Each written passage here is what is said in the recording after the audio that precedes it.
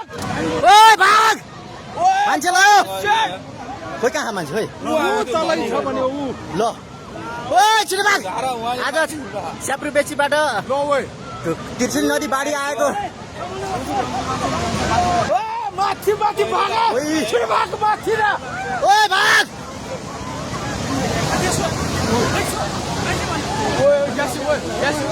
धेरै नै ठुलो आएको छ अचानक विपत्ति आयो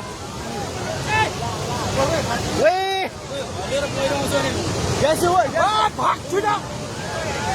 माथि आयो धेरै नै ठुलो आएको छ ओए भाग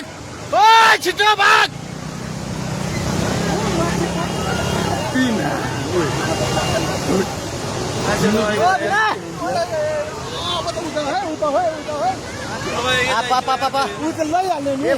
यो ड्याम पनि फुट्छ